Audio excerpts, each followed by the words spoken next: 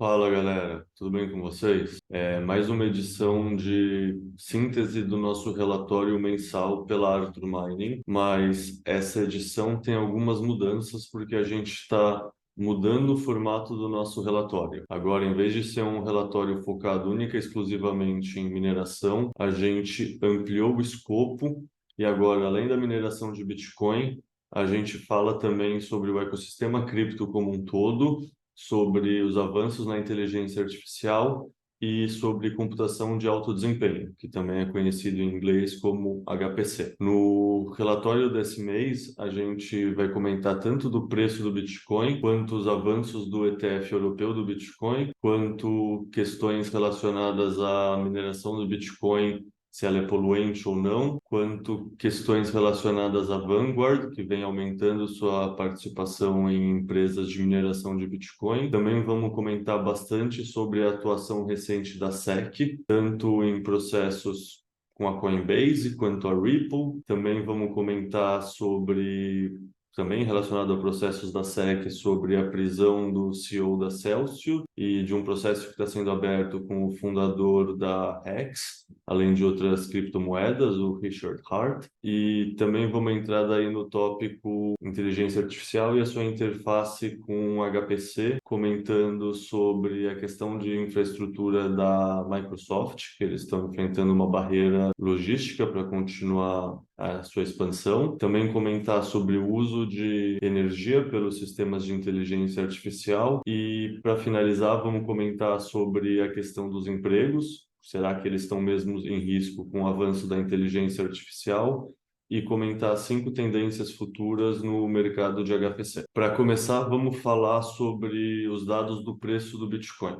Esse último mês, no mês de julho, a gente viu uma variação de menos 5% no preço, mas no acumulado anual a gente segue com uma variação de mais 75% no preço. Como o Bitcoin é um ativo cíclico, assim como toda commodity, a gente resolveu demonstrar isso mostrando o preço do Bitcoin no dia 1º de agosto e também retrocedendo 4 anos de cada vez no preço do Bitcoin, porque assim a gente está mais ou menos sempre na mesma época relacionada ao ciclo do halving. Então, o preço do Bitcoin no dia 1º de agosto de 2023 estava na casa dos US$ 29.000. O preço do Bitcoin no dia 1º de agosto de 2019 estava em US$ 11.500.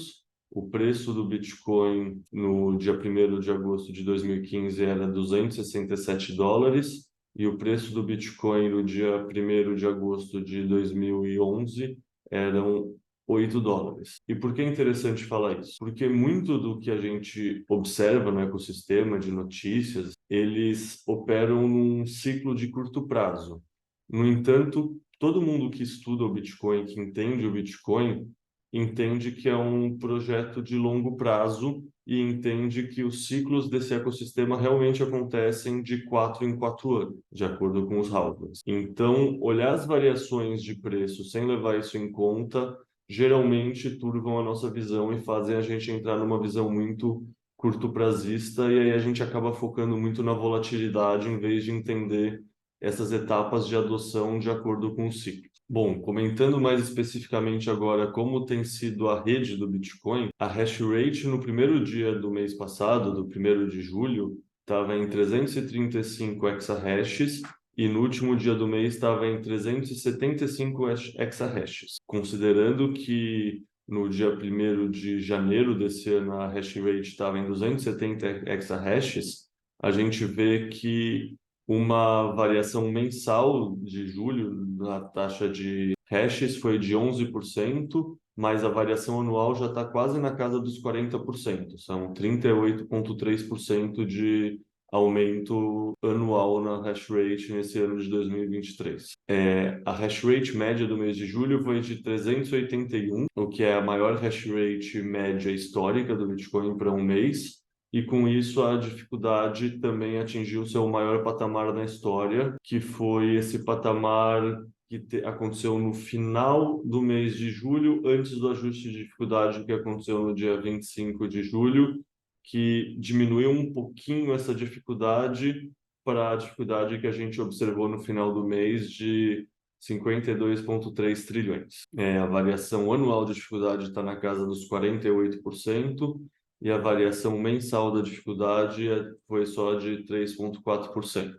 Comentando um pouco mais agora sobre o preço do Bitcoin, o mês de julho foi marcado por uma extrema estabilidade do preço. Se a gente conhece o Bitcoin como um ativo volátil, a verdade é que o mês de julho foi uma grande exceção a isso.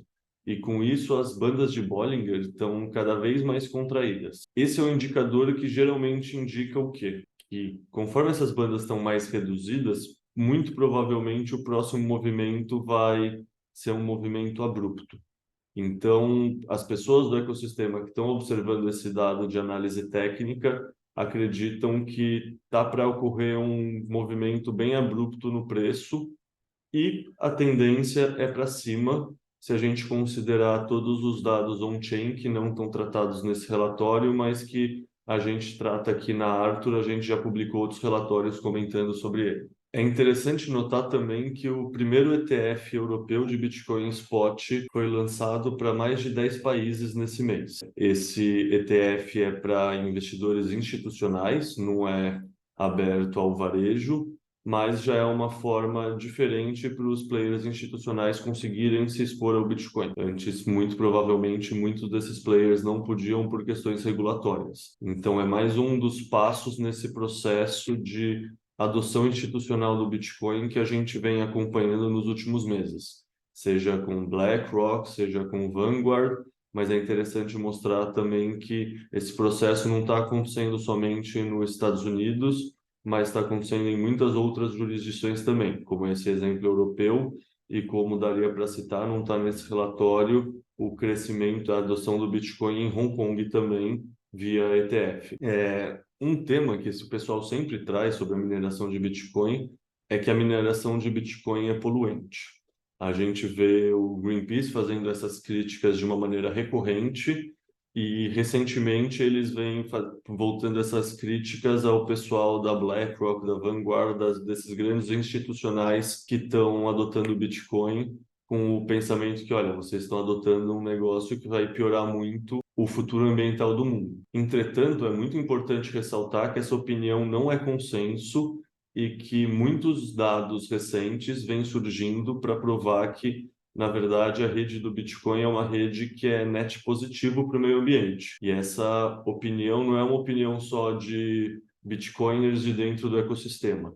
Tanto é que nesse último mês, no mês de julho, foi publicado um artigo assinado pelos pesquisadores do MIT que afirmam justamente isso, que os incentivos financeiros da rede Bitcoin podem subsidiar o fechamento de poços de metanos órfãos e assim reduzir as emissões de metano em grande escala, e que, portanto, a mineração de Bitcoin pode trazer benefícios climáticos. O Huda, que é o presidente da Arthur Mining, concorda com esse artigo do MIT e deu até uma entrevista para portais de notícia esse mês, comentando justamente sobre esse assunto de como a rede Bitcoin, muito mais do que desperdiçar energia que já estava sendo usada para outros fins, ela monetiza energia ociosa que não estava sendo consumida e que estava sendo efetivamente desperdiçada. Então, é uma lógica muito diferente do que a lógica apresentada pelas pessoas que argumentam que o Bitcoin é net positivo para o meio ambiente. E aí aqui tem dois gráficos interessantes, aqui essa é a primeira página, o outro vai estar a seguir, um ambientalista que também é VC, também é Venture Capital,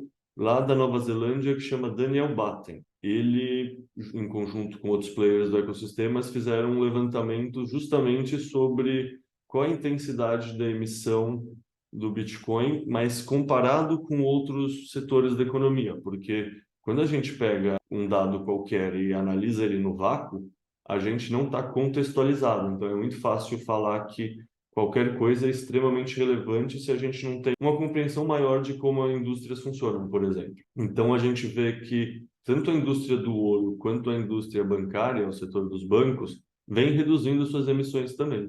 A indústria do ouro reduziu em 0,9% as emissões de CO2 para cada quilowatt-hora utilizado, enquanto o setor bancário reduziu em 3,3% essas emissões de CO2 equivalente. Isso desde janeiro de 2020 até agora, julho de 2023. Em comparação a essas indústrias, o Bitcoin reduziu 50% as suas emissões de gás carbono equivalente por quilowatt-hora, ou seja, é uma mudança substancial. A segunda imagem obtida nesses estudos do Daniel Batten mostra justamente uma comparação da mineração de Bitcoin com outras indústrias e a evolução do uso de energia sustentável ao longo do tempo e a quantidade de energia sustentável que essas indústrias distintas usam atualmente.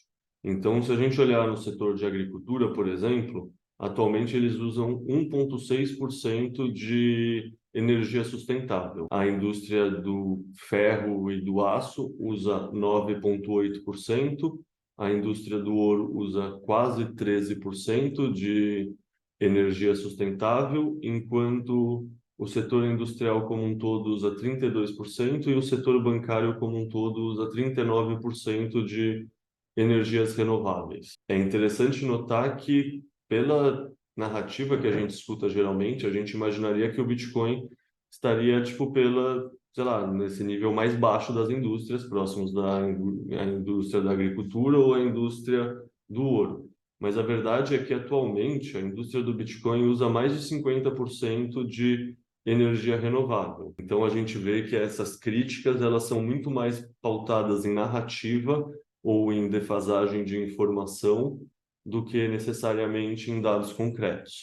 Dando continuidade a esse processo de adoção do Bitcoin via institucional, é interessante notar também que a Vanguard, que é uma grande gestora de patrimônio, possui mais de 7,7 trilhões de ativos em gestão, vem adquirindo cada vez mais ações de mineradoras de Bitcoin, seja da Riot Blockchain ou da Marathon Digital. E hoje em dia eles já possuem um valor somado de mais de 600 milhões de dólares em ações dessas duas empresas. Agora vamos começar a falar um pouco dessa questão regulatória que está envolvendo tanto a SEC, quanto corretoras, quanto players do ecossistema como um todo. Para começar, vamos contextualizar que o CEO da Coinbase, o Brian Armstrong, comentou que a SEC, antes da SEC abrir processo contra eles, eles entraram com um pedido avisando que, olha, tudo que vocês estão negociando na corretora de vocês, fora o Bitcoin, é uma security, ou seja, um valor mobiliário, e é passível de ser processado por nós porque ele não foi registrado corretamente. Em outras palavras, a SEC, que é o equivalente à nossa CVM brasileira, afirmou indiretamente que só o Bitcoin poderia estar sendo negociado sem interferir na legislação atual, o que é uma compreensão que está sendo cada vez mais consolidada por diversos agentes do ecossistema como um todo. No mês de julho também teve a primeira decisão desses julgamentos todos que estão acontecendo baseado nos processos que a SEC está abrindo. Essa primeira decisão foi no processo que a SEC está tocando contra a Ripple, que é uma criptomoeda também. O resultado foi duplo. A justiça considerou, por um lado, que a oferta institucional de tokens de XRP, que é a sigla do token Ripple, viola sim a regulamentação de valores imobiliários, mas que a negociação desses tokens em plataformas de exchange não constitui contratos de investimento. Ou seja, eles estão falando que quando eu sou dono de uma criptomoeda e eu espalho ela, eu dou acesso a ela para os investidores, isso sim é considerado um contrato de investimento, uma coisa que tem uma perspectiva de retorno, mas quando esse token é negociado em corretoras, isso já deixa de ser verdade, o que poderia ser visto como muito positivo por todos os atores do ecossistema cripto. O que de fato foi. Tipo, essa decisão da juíza Analisa Torres é uma decisão que havia deixado muitos players do ecossistema bastante otimistas com o futuro nos próximos julgamentos e com os resultados de próximos julgamentos. Isso acontece porque nos Estados Unidos essa questão de jurisprudência é muito mais respeitada aqui no Brasil. Então essa decisão da Analisa Torres possivelmente seria usada para pautar várias outras decisões de processos que a SEC está abrindo e tocando em relação a essas outras criptomoedas. Tanto é que esse otimismo se refletiu aqui no preço. A gente vê que no momento que sai o resultado, a criptomoeda Ripple subiu quase 50%, logo antes do resultado para depois. Atualmente já deu uma bela corrigida, mas ainda está num patamar bem superior ao patamar pré-julgamento. Seguindo essa tendência de processos regulatórios, a gente vê também que o CEO da Celsius foi preso nos Estados Unidos. O Alex Mashinsky foi o criador e CEO da Celsius Network, que era uma forma de fazer custódia dos seus bitcoins e conseguir gerar um yield a partir dos seus bitcoins. Ou seja, a Celsius era uma plataforma que prometia que se você, em vez de fazer sua autocustódia, fornecesse a sua custódia para eles, eles iam usar esse Bitcoin para fazer algumas coisas, eles não eram claros com o quê, e com isso eles te pagariam um yield, ou seja, você emprestou um Bitcoin. Depois de um tempo, você teria 6% desse Bitcoin a mais, anualmente, provavelmente, depende da taxa que você obteve quando você começou a alocar seus Bitcoins lá. No final das contas, com a quebra da Terra Luna, eles não conseguiram mais honrar suas dívidas. E aí toda aquela tese que o pessoal do meio Bitcoiner fala de que se não são as suas chaves, não são suas moedas, se provou verdadeiro. Ou seja, muitos investidores perderam acesso às suas moedas porque confiaram a custódia a terceiros. E a gente precisa lembrar que a principal revolução do Bitcoin é você conseguir fazer a custódia do seu capital sem depender da custódia de terceiros, justamente nas palavras do Satoshi Nakamoto, o criador do Bitcoin, porque historicamente esses terceiros de confiança não se mostram dignos da sua confiança. E isso foi mais uma ilustração, assim como no caso da Terra Luna, assim como no caso da FTX, nesse caso da Celsius, é bem claro como transferir a responsabilidade da sua custódia para um terceiro te coloca num risco muito maior.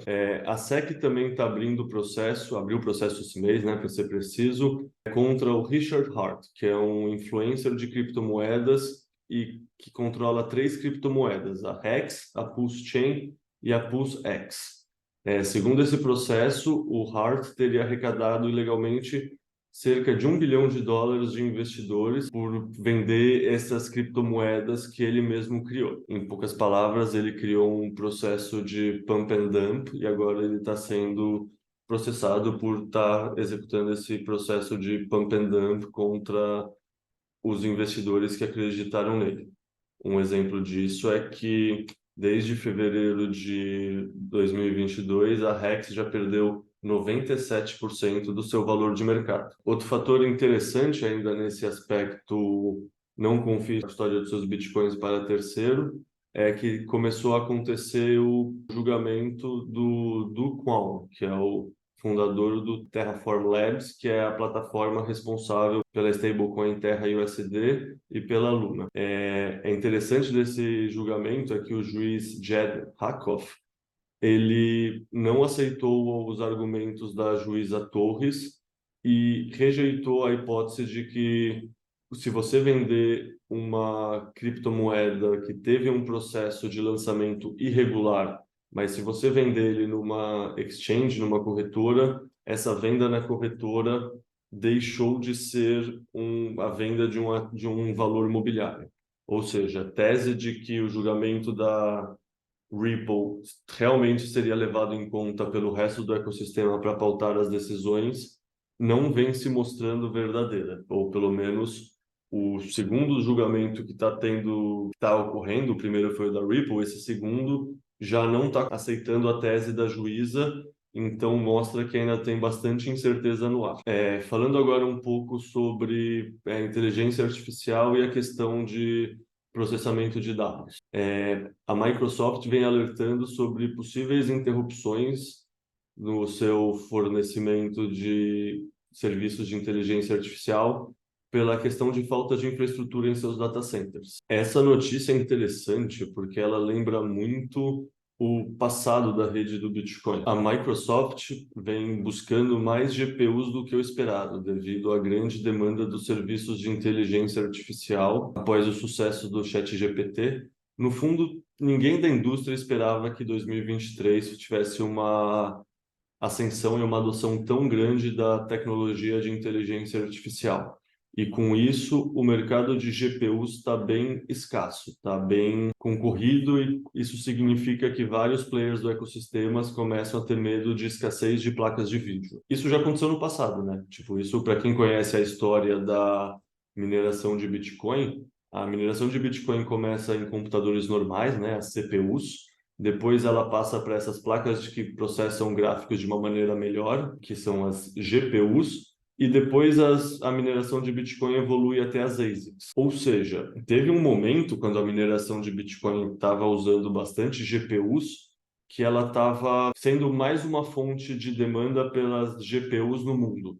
E com isso, diversos outros usos das GPUs ficaram congestionados e as GPUs se tornaram extremamente mais caras. Qualquer pessoa que tenha um amigo, um filho que adora jogar videogame vai saber que nesse ecossistema de jogos, de games, o pessoal tem uma ressalva com o Bitcoin, com a mineração de Bitcoin, justamente por conta desse período de 2012, 2013, 2014, quando a mineração de Bitcoin se tornou uma fonte de demanda muito grande pelas GPUs, o que significou um aumento de preço dessas GPUs para todo mundo. E aí, de novo, nesse tema de como a indústria da inteligência artificial vem seguindo passos semelhantes com os passos que ocorreram no Bitcoin, agora começa a surgir também uma preocupação sobre o consumo de energia das inteligências artificiais. O que faz sentido, né? Quanto mais processamento você precisa,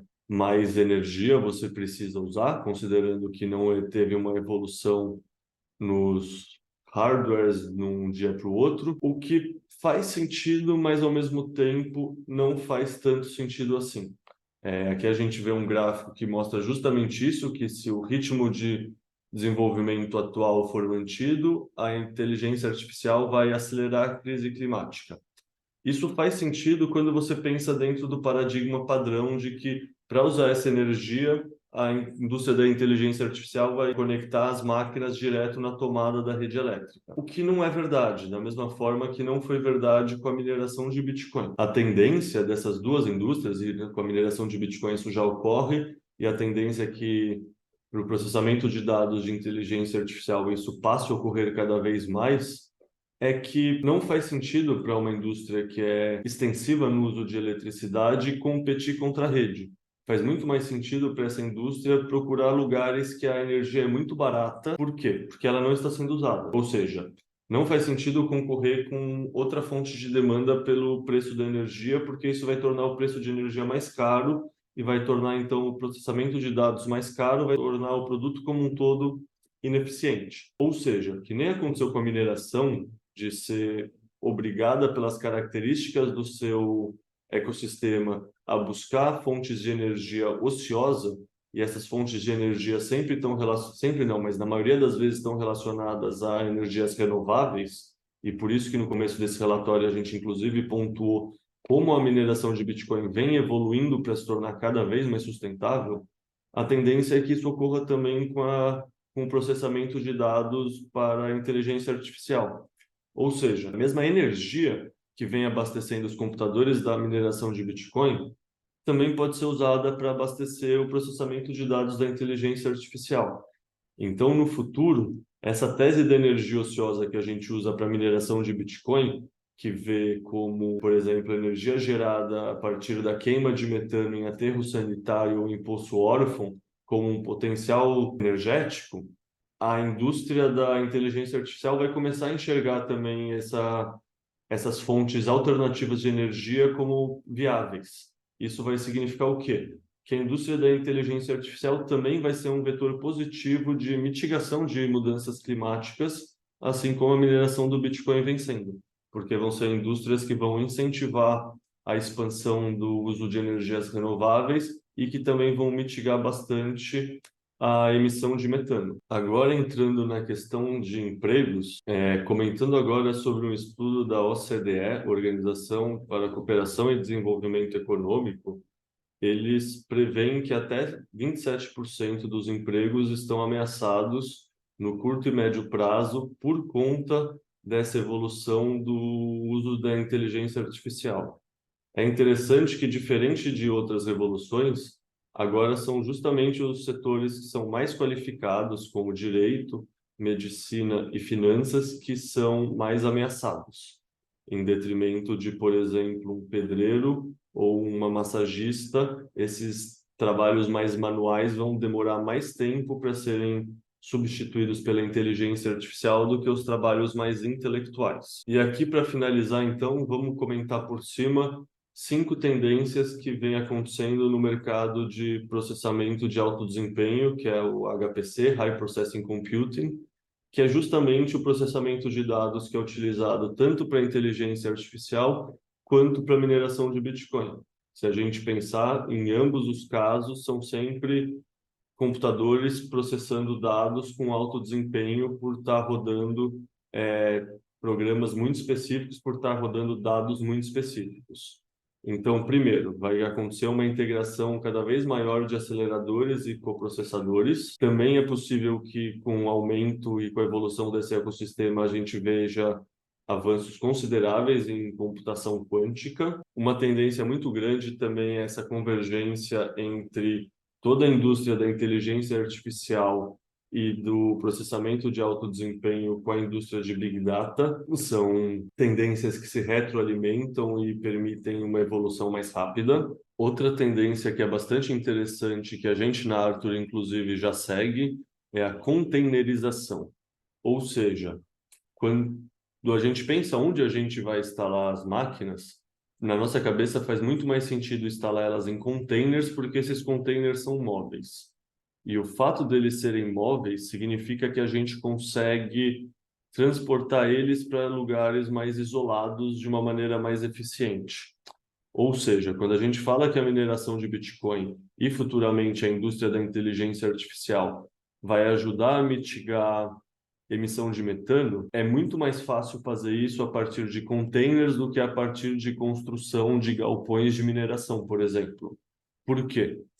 Porque o container consegue ser transportado até uma fonte remota de metano, por exemplo, enquanto a construção de um galpão possivelmente torna esse empreendimento inviável do ponto de vista econômico. E para finalizar, falar também que essa tendência que eu comentei acima sobre eficiência energética e sustentabilidade é uma tendência que vai ser cada vez mais forte nessa indústria, tanto do ponto de vista de arquitetura de hardware, quanto do ponto de vista de busca por fontes de energias mais sustentáveis. A tendência é que a indústria de processamento de dados se torne cada vez mais eficiente no processamento de dados. Bom, e é isso. Esse foi o nosso Mining the Future Report de julho. Como sempre, faz sentido fazer o disclaimer que essas informações são puramente educacionais, não são recomendações de investimento de forma nenhuma. E se algum de vocês quiser entrar em contato comigo para conversar sobre esse relatório ou sobre outros temas, pode me procurar tanto no LinkedIn com o nome Caio Leta, quanto no Twitter com o usuário Leta_Science. Também, se vocês tiverem acesso ao relatório, é só clicar aqui que o link já abre automaticamente. Valeu, gente. Muito obrigado e até a próxima.